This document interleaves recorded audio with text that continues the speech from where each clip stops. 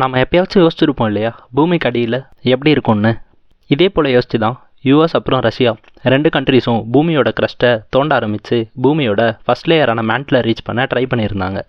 எப்பவும் போல் 1960s first USA தான் start பண்ணாங்க. அவங்க 600 அடி வரைக்கும் தோண்டியிருந்தாங்க. இந்த இடத்த மோஹோல்னு சொல்லுவாங்க. பட் அன்ஃபார்ச்சுனேட்டாக அவங்களுக்கு கொஞ்சம் ஃபண்டிங் இஷ்யூஸ் வந்ததுனால அந்த ப்ராஜெக்டை கைவிட்டுட்டாங்க. அடுத்து யூஎஸ்எஸ்ஆர் ஸ்டார்ட் பண்ணியிருந்தாங்க. ஆனால் யூஎஸ்எஸ்ஆர் எந்த ப்ராப்ளமும் இல்லாததுனால டீப்பாக ட்ரில் பண்ண ஸ்டார்ட் பண்ணாங்க. அவங்க 20 இயர்ஸ்க்கு மேலே ட்ரில் பண்ணி ஃபைனலாக 12 கிலோமீட்டர்ஸ், அதாவது 40,230 ஃபீட் வரைக்கும் ட்ரில் பண்ணியிருந்தாங்க.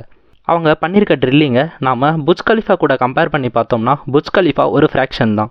நம்ம உலகத்தோட பெரிய மவுண்டெயினான மவுண்ட் எவரெஸ்ட்டை விட அதிகம். அதே போல் கடல்களோட ஆழமான பகுதின்னு சொல்லப்படுற மெரியானா ட்ரென்ச்சை விட அப்ராக்சிமேட்டாக 1 கிலோமீட்டர் அதிகமாகவே ட்ரில் பண்ணியிருந்தாங்க. பட் இந்த 12 கிலோமீட்டர் ட்ரில்லிங்கை நம்ம எர்த்தோட சென்டர் பாயிண்ட்லேருந்து மெஷர் பண்ணி பார்த்தா இது வெறும் 0.002% தான்.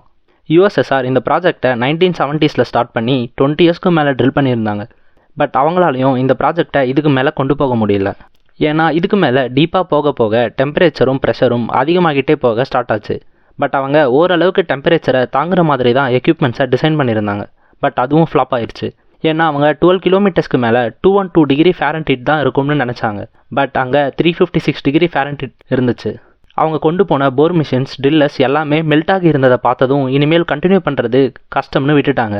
பட் அவங்க போன அந்த 12 கிலோமீட்டர்ஸ்லேயே அண்டர் கிரவுண்டில் ஒரு பயாலஜிக்கல் லைஃப் சைக்கிள் இருக்கிறத கண்டுபிடிச்சாங்க. அதுக்கு ஆதாரமாக நிறைய ஃபாசில்ஸும் கிடச்சிது.